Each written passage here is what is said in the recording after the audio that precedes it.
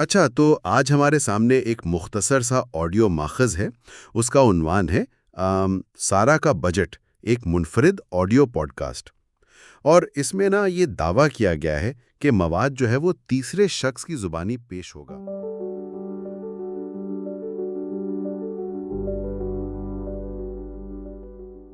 اکثر یہ احساس ہوتا ہے کہ بھئی اچھی خاصی تنخواہ آ رہی ہے، لیکن مہینے کے آخر تک پیسے پتہ نہیں کہاں غائب ہو جاتے ہیں، سمجھ ہی نہیں آتا۔ بالکل بالکل یہی صورتحال تھی سارا کی۔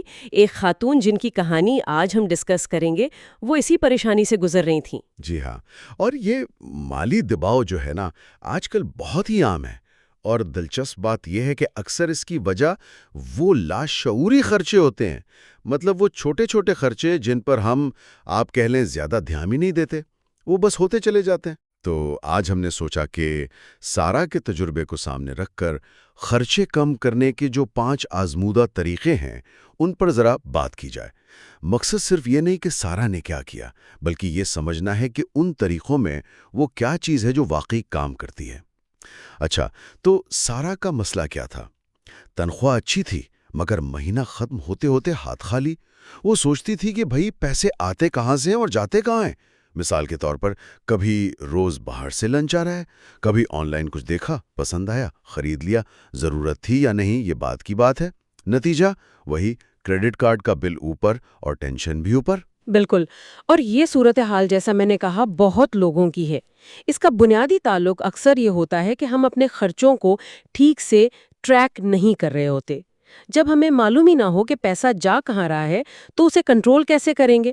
یہ تھوڑا مشکل ضرور لگتا ہے شروع میں اپنی عادتوں کو دیکھنا، لیکن پہلا قدم تو یہی ہے۔ پھر ان کی زندگی میں ایک آپ کہہ لیں ٹرننگ پوائنٹ آیا۔ ان کی ایک دوست ہیں عائشہ، وہ مالی معاملات میں کافی منظم تھیں۔ ان سے بات ہوئی، کچھ مشورے ملے، اور بس اس گفتگو نے سارا کو جیسے جھنجھوڑ دیا، اور انہوں نے پکا ارادہ کر لیا کہ اب کچھ کرنا ہے۔ تو سارا نے جو پہلا قدم اٹھایا وہ تھا بجٹ بنانا۔ فیصلہ کیا کہ اب ہر چیز لکھنی ہے، چھوٹی ہو یا بڑی، ایک کپ چائے بھی۔ جی، اور یہ قدم بنیادی ہے، بہت اہم ہے، کیونکہ یہ صرف حساب کتاب نہیں ہے، یہ آپ کو آپ کے خرچ کرنے کے پیٹرنز دکھاتا ہے، ایک طرح سے آئینہ دکھاتا ہے۔ اکثر ہم وہ پریزنٹ بائس کا شکار ہوتے ہیں یعنی آج کی خوشی کل کی بچت پر بھاری پڑ جاتی ہے۔ بجٹ اس سوچ کو چیلنج کرتا ہے، آپ کو شعوری طور پر فیصلہ کرنا پڑتا ہے۔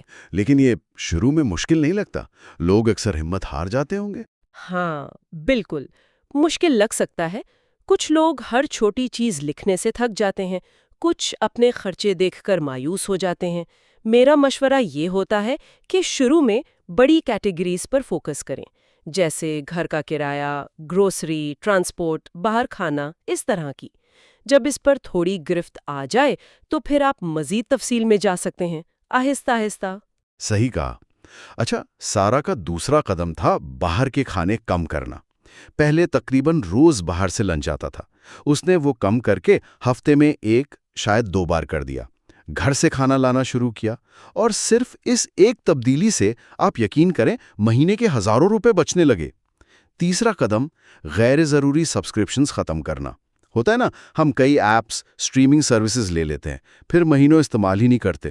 سارا کو بھی یہی احساس ہوا، اس نے وہ سب کینسل کر دی۔ جی، اور یہ دونوں چیزیں، باہر کا کھانا اور سبسکرپشنز، یہ اصل میں منی لیکس کہلاتے ہیں۔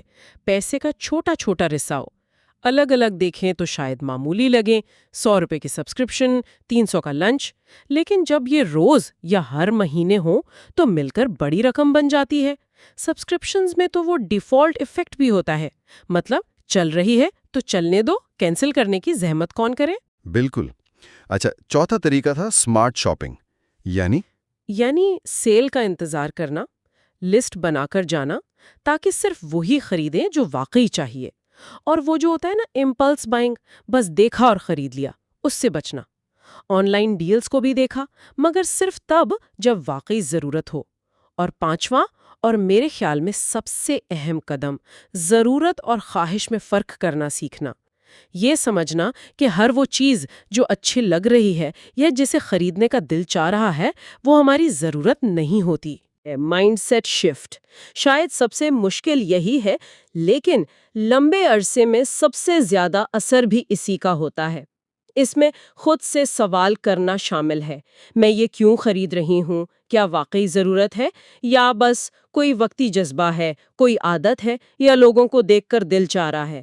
جب ہم یہ فرق سمجھنا شروع کر دیتے ہیں نا، تو ہمارے مالی فیصلے خود بخود بہتر، زیادہ پائیدار ہو جاتے ہیں۔ یہ عادتوں پر قابو پانے والی بات ہے۔ تو ان سب کوششوں کا نتیجہ کیا نکلا؟ 1 سال لگا لیکن سارا کی مالی حالت کافی بہتر ہو گئی۔ نہ صرف کریڈٹ کارڈ کا سارا قرض اتر گیا، بلکہ اب وہ ہر مہینے باقاعدگی سے کچھ نہ کچھ بچا بھی رہی تھیں۔ وہ جو ایک ٹینشن تھی نا مہینے کے آخر میں کہ ہائے اللہ پیسے ختم، وہ ختم ہو گئی۔ چہرے پر ایک اطمینان آ گیا۔ جی، اور یہ اس بات کا ثبوت ہے کہ چھوٹی لیکن مستقل تبدیلیاں وہ واقعی بڑا فرق لاتی ہیں۔